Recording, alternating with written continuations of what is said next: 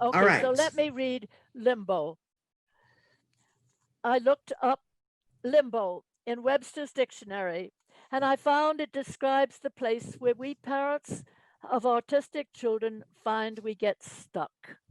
Limbo is the abode of souls barred from heaven through no fault of their own, a place of confinement, a place or condition of neglect or oblivion. We've all been there. That abode where we struggle with the needs of our child, caused through no fault of our own or of our child's. A condition of social isolation, of neighborhood neglect or oblivion. Trapped, hedged in by a guilt that defies explanation, we accept what the world tells us we're supposed to feel.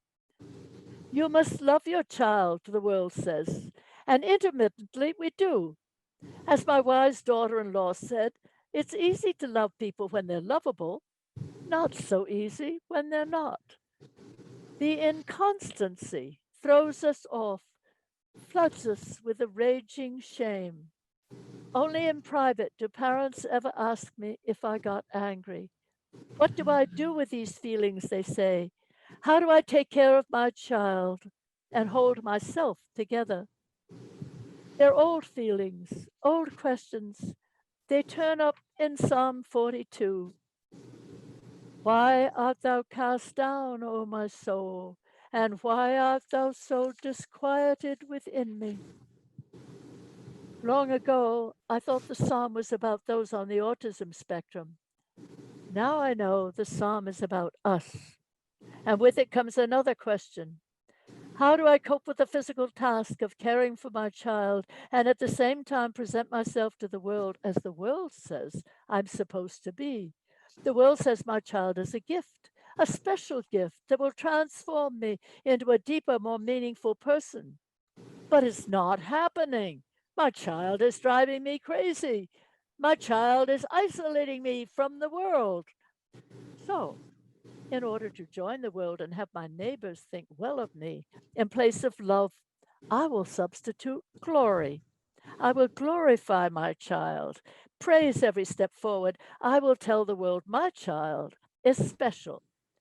And our children, trapped in autism self absorption, assume the assigned role. In truth, we've given them no other choice. Out of our own need, we've created a role playing partnership.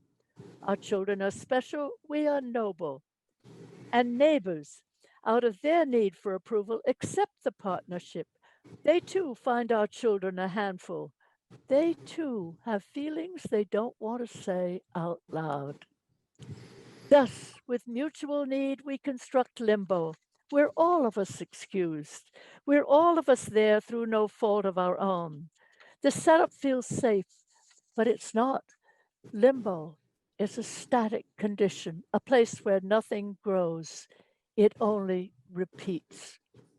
Growth, real growth, takes courage, honesty, hard work, and insight.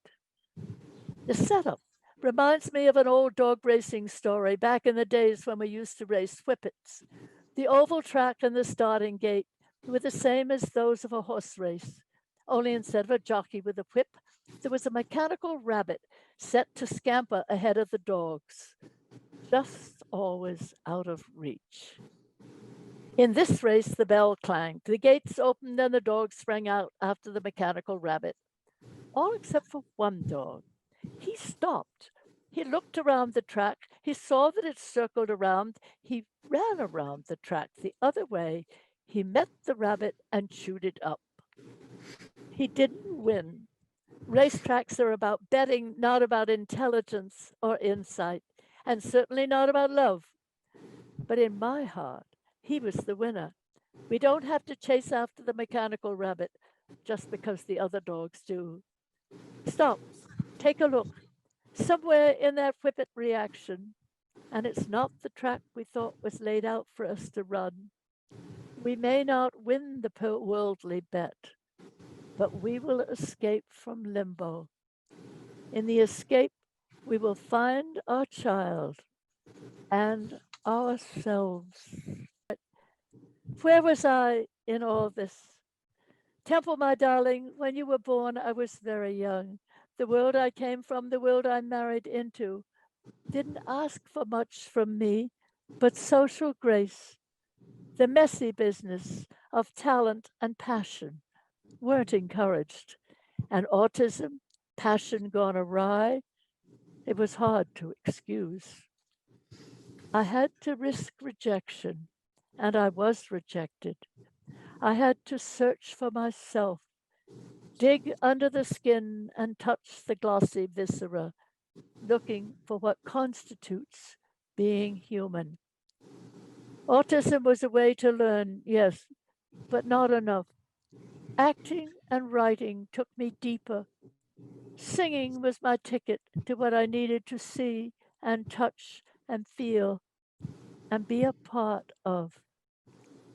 In the locked wards of the veterans' hospitals, I sang for men who had lost their minds in the Korean War, that war between World War II and the war in Vietnam. Men who, under the stress of battle's horror, had become catatonic, who stood all day, rigid and worthless, wordless. I sang to them. If I knew you were coming, I'd have baked a cake. And here and there, I could see a foot tap, ever so slightly, but tapping. They were there, somewhere inside the horror.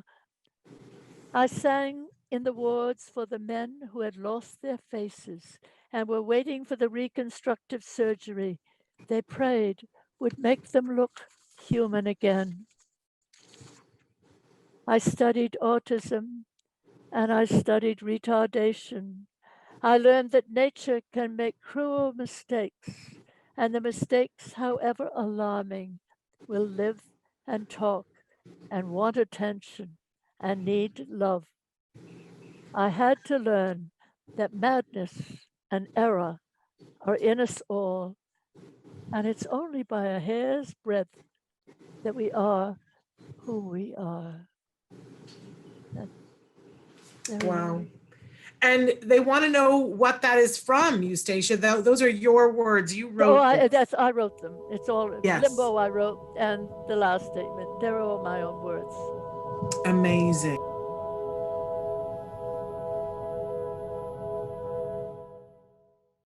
Hey, thanks for watching Autism Live. To subscribe, click here. And if you'd like to check out some more of our videos, click here.